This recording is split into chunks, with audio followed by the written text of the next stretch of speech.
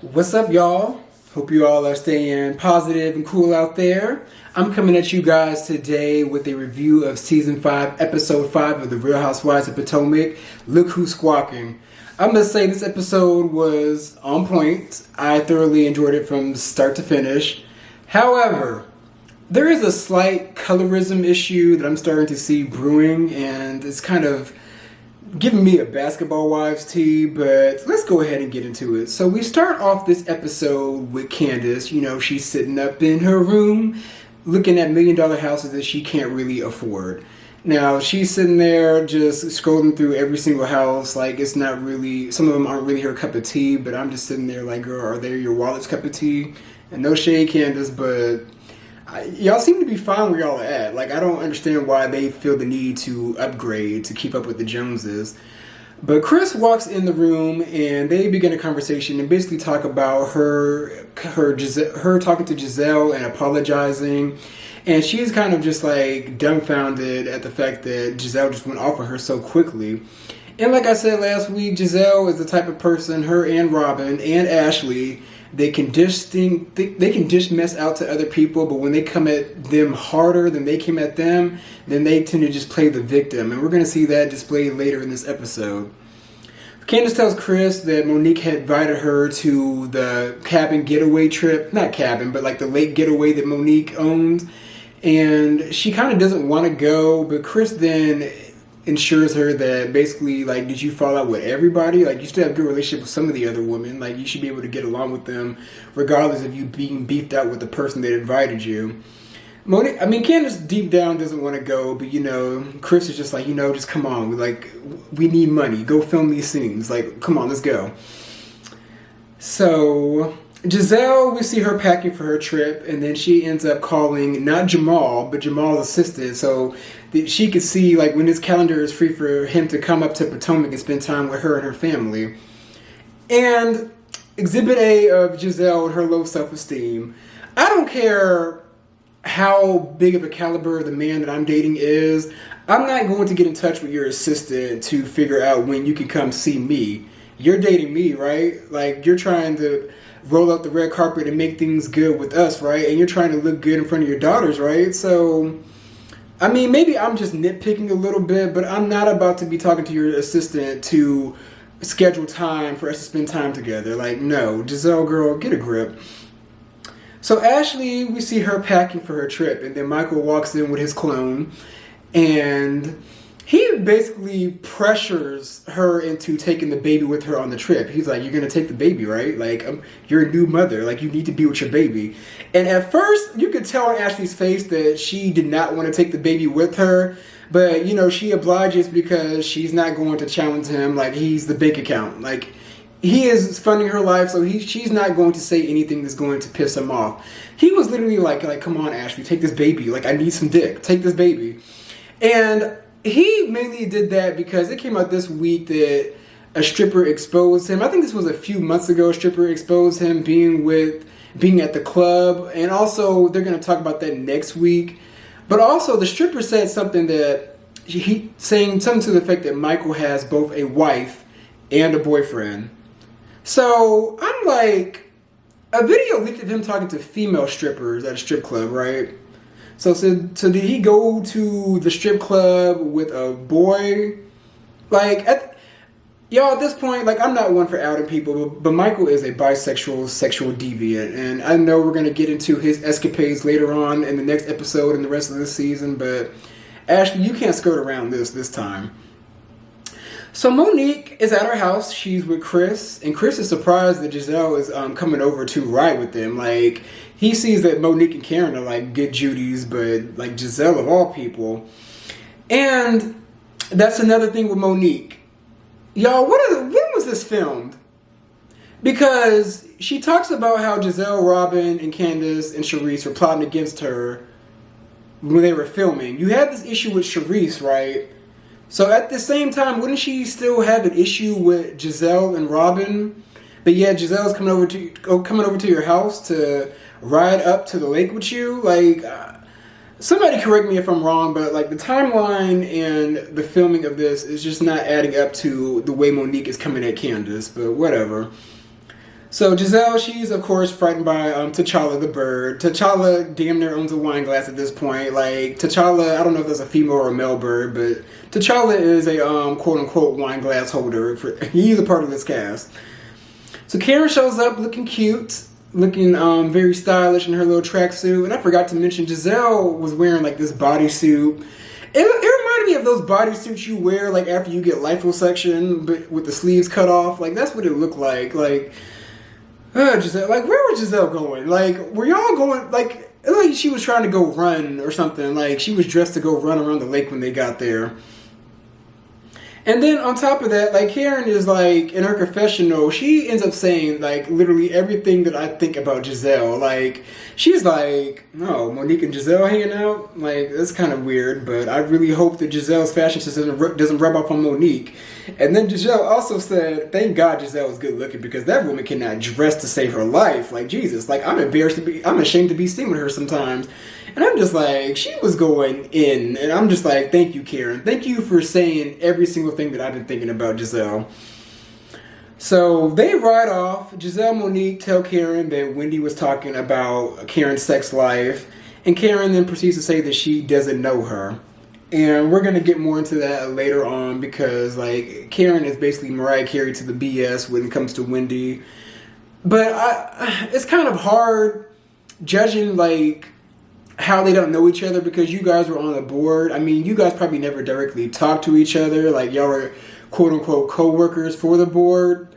But at the same time, it's like, Karen, are you a little bit jealous of Wendy? And you just brush her off any chance you get because that's the power that you hold over her? Like, you basically, like they're basically kind of hazing Wendy at this point, y'all. But it is what it is. We're going to get into it later. So they arrive at the house, and they talk more about how Karen doesn't know Wendy. And then Robin shows up later with her little t-shirt dress on. Yeah, Robin just reminds me of Ross.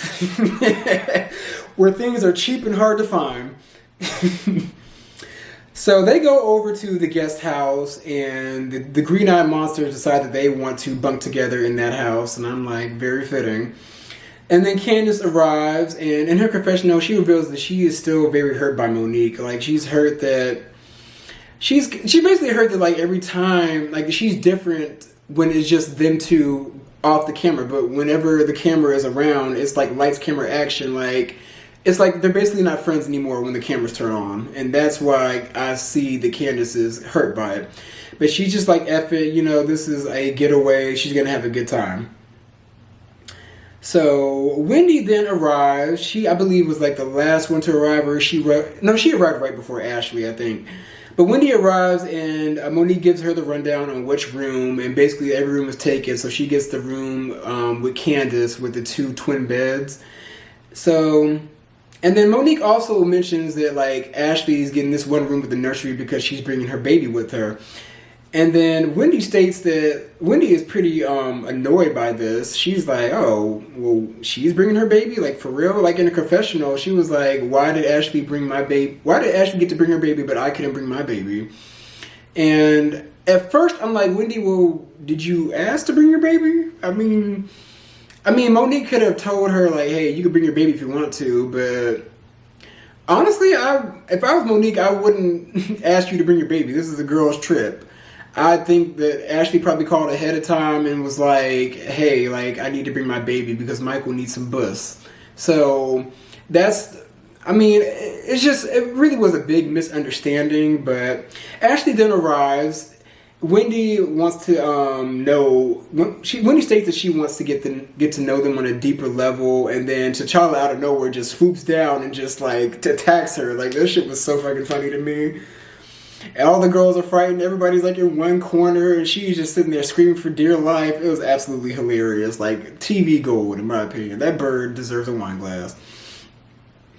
So Wendy then turns to Ashley after they settle down, and she asks, she's like, Ashley, like, really? Like, why are you bringing your baby? Like, this is supposed to be a girls' weekend, and like, and then Ashley is like, well, my husband has to work. And this is where the argument started. And she was like, okay, well, Wendy was like, okay, well, my husband has to work too. And then Ashley's like, oh yeah, well he owns his own business. And I'm just like, well Ashley, what happened to your business?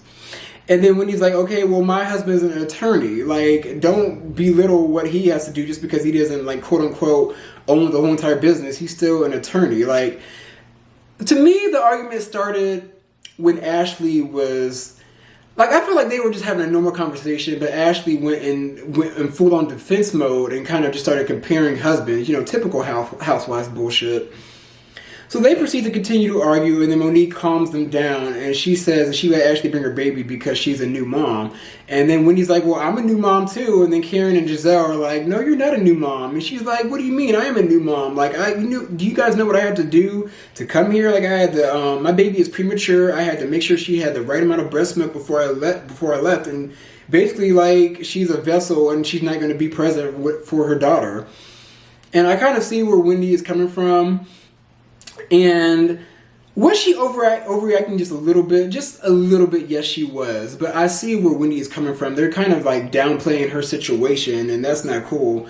And once again, Ashley does this gaslighting things, like projecting much. I'm like, Ashley, you were yelling too. Like, you were the first one that popped this off. So why are you all of a sudden mad that Wendy gives you what you gave her?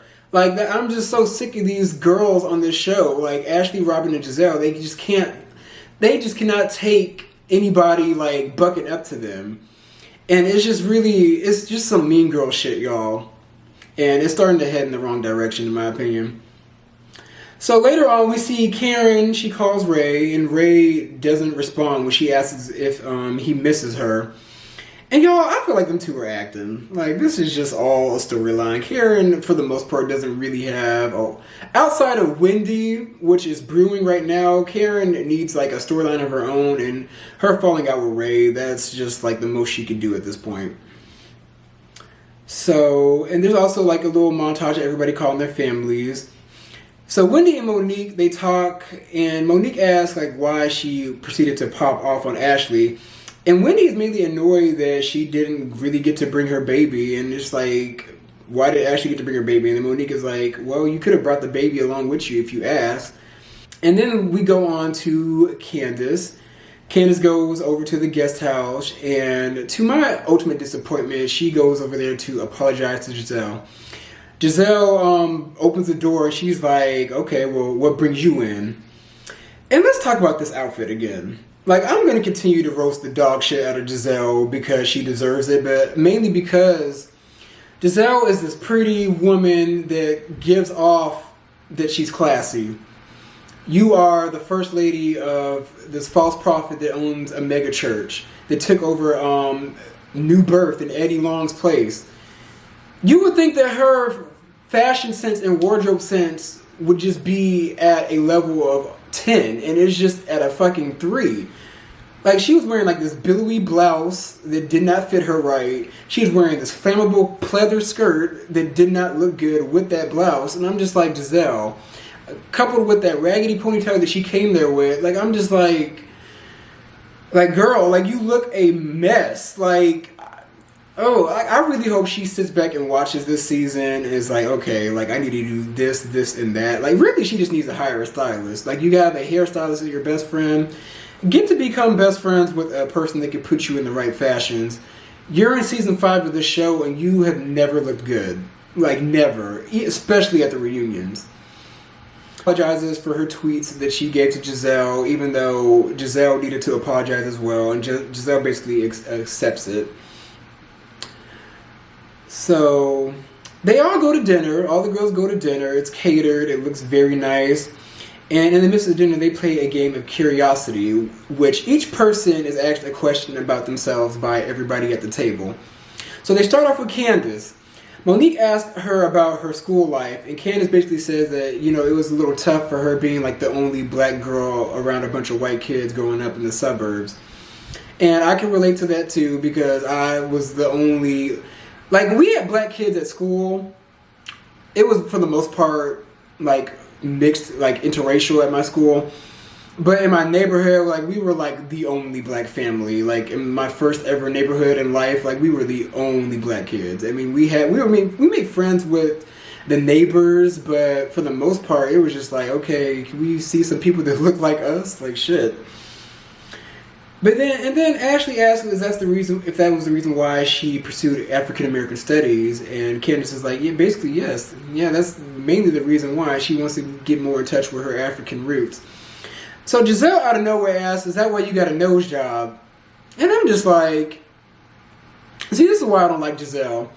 Candace literally just went and apologized to you, and you blindside her with this comment of like, basically like, oh, did you hate yourself because you grew up with white kids? Like, you were the only black girl? Is that why you got a nose job? They played a side-by-side photo of Candace from then and Candace now. Candace didn't get a nose job.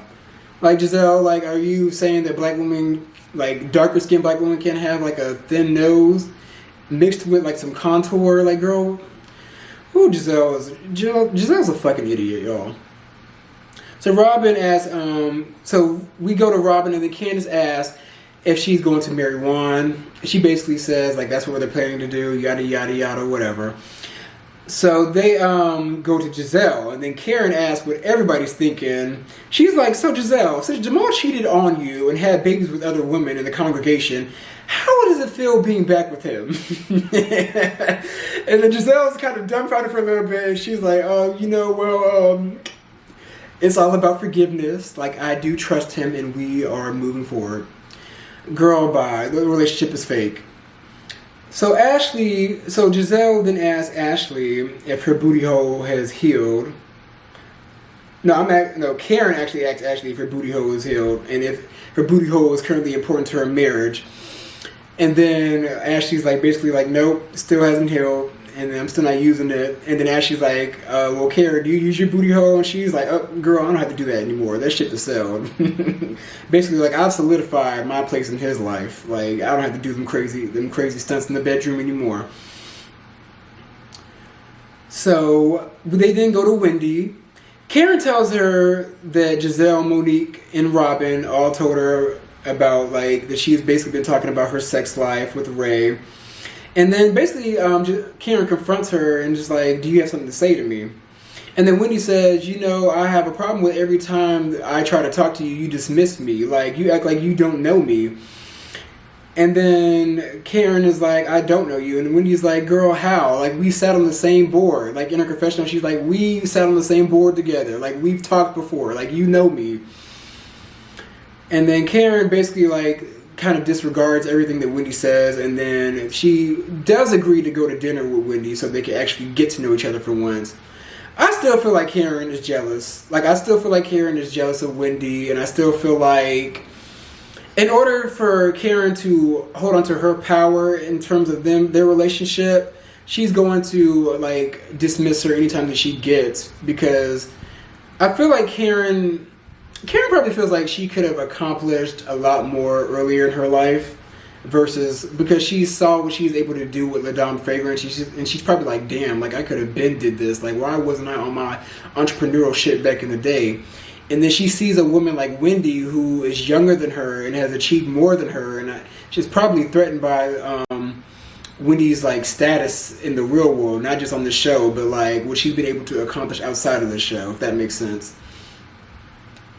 So, moving on along, they all proceed to somewhat gang up on Wendy and ask, like, why she went off on Ashley. Ashley says that she's mad about the situation and Wendy's delivery. Like, you were very aggressive. Like, you were ferocious. And I'm like, here we go with that aggressive word. Y'all, this slick gave me a call back to OG versus Evelyn in Basketball Wives with the whole, you're just so aggressive. Like, you're so aggressive, OG. Like, that's what I was getting from Ashley. And I'm really, really hoping they are not going to go this route with this season, because I'm enjoying this season so far, and I'm going to be very disappointed and disgusted if we are going the colorism route. Like, calling her aggressive, and, you know, Wendy's already a Nigerian woman just like OG was. So I'm just like, Ashley, tread lightly, ho. So Robin then proceeds to say that Wendy needs to apologize for her behavior. Like, you need to apologize to Ashley. Like, why does everybody always have to apologize to Ashley? Why do the quote unquote darker skinned girls have to always apologize to the light skinned hoes? Like why? Like I'm not trying to feel like any dark skin versus light skin fire, but like that's what this was given to me. Like since the season started, like everybody's had to apologize to Ashley, apologize to Giselle, like, but yet they can't take up any type of accountability for anything that they've done to the person that they were offended by. Like it's just so annoying to me. I feel like I'm a broken record. I've said this every review that they just cannot take accountability. Accountability is going to be like the key word of this season. So Wendy is basically like, I'm not about to apologize to her. Like, what am I apologizing for? Like, she came at me, I came at her. I apologize. I mean, she's like, basically, if it was harder, I apologize for that. But like, I'm not about to full on apologize to her. Like, for what? And Ashley's basically like, well, I'm cool on her. Like, I don't need an apology. I'm cool on her. I'm like, Ashley, girl, cool on her then, forehead. So Wendy says that Ashley then proceeds to go off, and she's like, you know what? That's exactly why you don't have female friends. And I'm just like, how do you know? You guys don't know her. How do you know that she doesn't have female friends? And Wendy's like, no, I just don't have friends. I'm just not friends with fake ass bitches like you. And Wendy's like, people like you don't call me Wendy. They call me Dr. Wendy. Get it straight. And then the episode goes off. Y'all, this episode was on point. I give it an 11 out of 10. I'm very excited for next week. I will say, I thought we were going to get that scene with Candace looking at her phone this week of her basically getting the tea that Michael's out there cheating yet again. Like I said, that man, like, he's basically just outing himself at this point, y'all. Like, I believe it was with a man and a woman. Like, he was in there just doing, like, some type of bisexual porn type of shit. But that's my views on this episode. Be sure to like, comment, and subscribe. And I'm going to come at you guys with some more content, so stay tuned.